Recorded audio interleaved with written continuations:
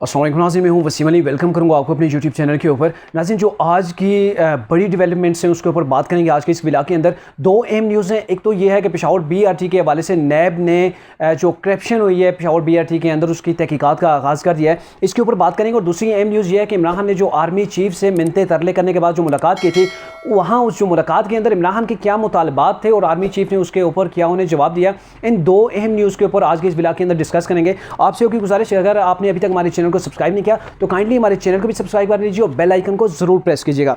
नाज़रीन, पहले बढ़ते हैं पेशावर BRT की जो तहकीकात शुरू हो गई हैं उसके ऊपर बात करेंगे। आपको पता है कि पेशावर BRT जब बनी थी तो उस वक्त जो इसका प्रोजेक्ट था वो 6 से 8 महीने के अंदर इससे मुकम्मल होना था और टोटल 25 से 30 अरब या 25 से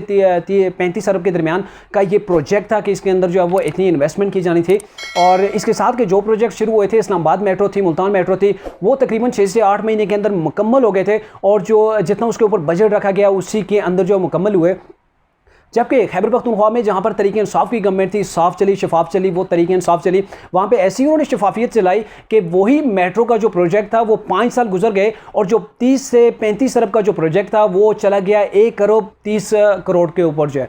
और इतना जो है वो इसके ऊपर चला गया। और अंदाज़ा लगाइए कि वहाँ पर 5 से 6 साल भी लगे और अब जाकर जो नैब का इदारा है उन्होंने इसके ऊपर जो है वो तहकीकात का आगाज़ शुरू कर दिया है। इसी हवाले से नैब ने खैबर पख्तूनख्वा की हुकूमत को BRT की मुकम्मल तफसीलात रिकॉर्ड के साथ जो है वो तलब कर लिए और जो नैब का इदारा है इन्होंने एडिशनल चीफ सेक्रेटरी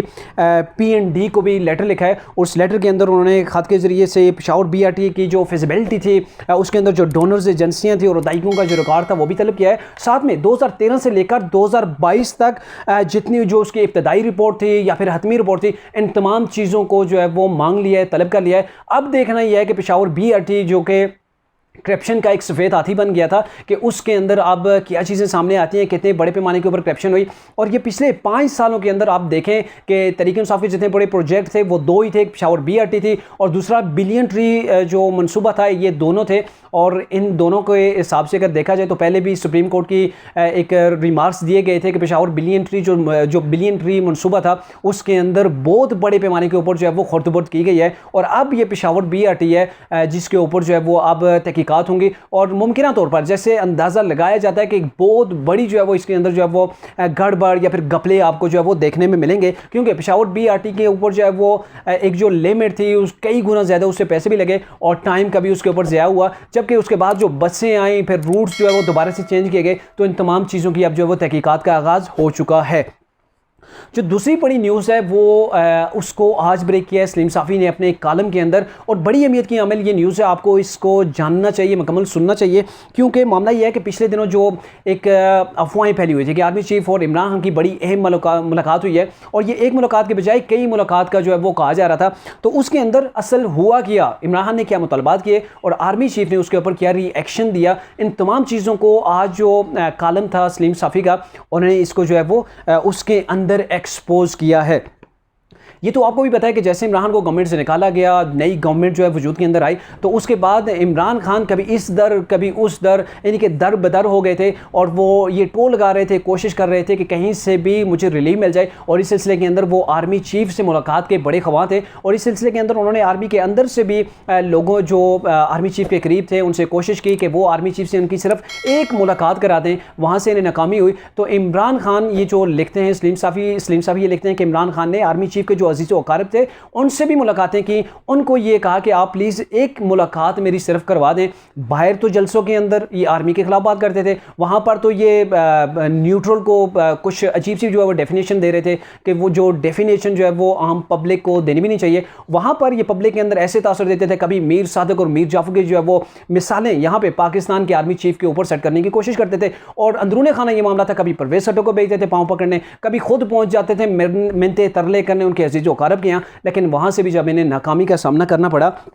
तो उसके बाद इमरान खान ने अमरीकी एक शहरी हैं ज़ल्मे खलीलज़ाद, उनसे भी रब्ता किया और उन्हें कहा कि आप तो आर्मी चीफ के बड़े करीबी हैं, आप तो कुछ मेरे लिए जो फेवर पैदा कर सकते हैं, आप ऐसा करें कि आर्मी चीफ को कायल करें, सिर्फ मुझे मुलाकात करें, बाकी मैं खुद जो है वो मामला जो वो संभाल लूँगा। तो जब नई गवर्नमेंट आई तो आपको पता भी होगा कि ज़ल्मे खलीलज़ाद जो है वो पाकिस्तान भी आए, तकरीबन नई गवर्नमेंट के वजूद के 1 महीने के बाद वो पाकिस्तान आए और इमरान खान से खुफिया तवील तरीन उन्होंने मुलाकात की, लेकिन वहाँ से भी इन्हें जो है वो जवाब नफ़ी के अंदर मिला। बैरकैफ जो सलीम साफ़ी लिखते हैं उसके के अंदर उन्होंने ये वाज़े तौर पर बता दिया कि तमाम की तमाम कोशिशें थी कि किसी तरीके से आर्मी के साथ जो रवाबित हैं वो तय हो जाएं, लेकिन जब नहीं हो पाए तो सदर आरिफ अलवी ने बिना मतलब आगाह की आर्मी चीफ के घर पहुंच गए। वहां पर उनकी मिन्नतें तरले की, उन्होंने कायल किया कि आप सिर्फ एक बार इमरान खान की बात सुन लें, और यूं फिर ऐवान सदर के अंदर उनकी मुलाकात तय हुई।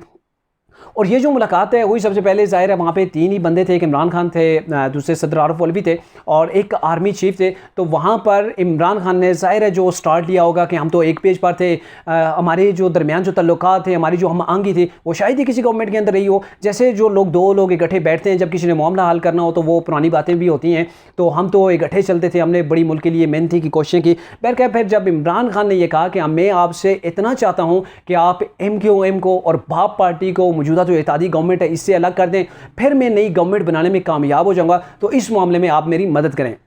जब ये इन्होंने कहा तो रिएक्शन आर्मी चीफ का जो था वो बड़ा ही ज़बरदस्त था। उन्होंने ये कहा कि पहले ही आपने पाकिस्तान का नाकाबिले तलाफ़ी नुकसान किया है, और अभी आपने जो उस वक्त अगर आपकी गवर्नमेंट जून तक रह जाती तो पाकिस्तान ने डिफ़ॉल्ट कर जाना था। नई गवर्नमेंट आई है, इसने मुश्किल फ़ैसले लिए हैं, मुश्किल फ़ैसले लेने के बाद इन्होंने अपना जो है वो मुश्किल फ़ैसले लेने के बाद मैशत को बेहतर करने की कोशिश की है। अभी भी पाकिस्तान की जो मैशत है वो डेवलप नहीं हुई है, लेकिन ट्रैक के ऊपर वो आती हुई नज़र आ रही है। इस सिलसिले के अंदर मैं आपकी कोई मदद नहीं कर सकता, हमारा जो आइनी इख्तियार है हम उसी हदूद के अंदर रहेंगे। लेकिन अगर आप कहते हैं कि किसी पार्टी को तोड़ना, ये इत्तेहादी आपके साथ आते हैं तो बेशक आएँ, हम इसके अंदर किसी किस्म का कोई रोल प्ले नहीं करेंगे। और जो आप हमारे इदारे के खिलाफ जो बातें करते हैं दिन रात जलसों जुलूसों के अंदर, अभी तक हमने आपके साथ जो है वो नरम गोशा रखा है। और फिर जब इमरान खान वहाँ से बाहर आए मायूस होकर, तो बाहर उन्होंने एक अलग से ही तासर दिया, ऐसे तासर दिया कि आर्मी चीफ की जो मुलाकात इमरान खान से हुई है तो ये आर्मी की ज़रूरत है, यानी कि पाकिस्तान के लिए आर्मी के नज़दीक जो है वो इमरान खान लाजिम व मलजूम है। इमरान खान के बिना ना तो पाकिस्तान की मैशत चलती है, ना मुल्क चल पाएगा। तो ये इमरान खान ने तासर देने की कोशिश की, जिसकी वजह से हमने देखा कि सोशल मीडिया के ऊपर तरीके इंसाफ के जो लोग थे वो बड़ी बड़ी भड़के मार रहे थे कि देखें इमरान खान के साथ मुलाकात आर्मी चीफ ने की है और ये उनकी मजबूरी थी, अगर वो मुलाकात नहीं करते तो पाकिस्तान के लिए बड़ी मुश्किल हो जाती है। तो ये उन्होंने तासर देने की कोशिश की, जबकि जो गवर्नमेंट के आमी लोग थे उनके जो तासर थे वो ये थे कि कहीं ना कहीं बैकडोर चैनल्स के जरिए से कोई ऐसे राब्ते हो रहे हैं, शायद हमारी गवर्नमेंट को जो है मुश्किलात का सामना करना पड़ सकता है। तो ये चीज़ इन्होंने जो है वो बावर कराने की कोशिश की, लेकिन हालात जो थे वो फिर जब इमरान खान को जिस चीज़ की समझ आ गई कि मामलात हाथ से निकल चुके हैं, मैं सिर्फ आर्जी इंप्रेशन देकर जो है वो कुछ फ़ायदा हासिल नहीं कर सकता, क्योंकि नए आर्मी चीफ की तैनाती भी नवंबर के अंदर होनी है, वो मौजूदा गवर्नमेंट करेगी, और उसके बाद नए इलेक्शन की दूर दूर तक कोई इम्कान नहीं है, क्योंकि पाकिस्तान एक तो फ्लड के अंदर डूबा हुआ है, पाकिस्तान का एक हिस्सा जो है वो फ्लड के अंदर है, और ऐसे हालात के अंदर नए इलेक्शन होना वो पॉसिबल नहीं है, क्योंकि मौजूदा जो गवर्नमेंट है उनके पास आईनी इख्तियार है कि वो अपनी जो है वो ड्यूरेशन जो है वो मुकम्मल करते हैं, अपना पीरियड मुकम्मल करें और उसके बाद नए इलेक्शन की तरफ जाया जाए। तो इमरान खान को जब ये ऐसे हालात लगे तो फिर से इमरान खान वो फैसलाबाद का आपको जलसा याद होगा, और उसके बाद जो उन्होंने मज़ीद जलसे किए वहाँ पर फिर से इस्टेब्लिशमेंट के ऊपर जो वार करने की कोशिश की, और ये कहा कि अगर आपको कोई धमकी देकर कॉल पर डराता है तो आप उसे वापस डराएं। यानी कि जो इमरान खान का पहले इंप्रेशन था 2 रोज़ उन्होंने चेंज किया, तरीके अपनी जो स्पीच थी उसके अंदर उन्होंने नरमी इख्तियार की, और फिर एकदम से जो वो एग्रेशन के अंदर आ गए, मायूसी जो है उनके चेहरों के ऊपर छलक रही थी। और यही वजह है कि इमरान खान अब जब किसी तरफ से उन्हें जो है वो सपोर्ट नहीं मिली तो अब वो धमकी दे रहे हैं कि मैंने इस्लामाबाद जाना है, इस्लामाबाद जाके मैंने गवर्नमेंट के ऊपर प्रेशर बिल्ड करना है। लेकिन इमरान खान के लिए ये भी आसान नहीं होगा, क्योंकि पंजाब के अंदर जो सियासी चाल थी वो अब बदल चुकी है।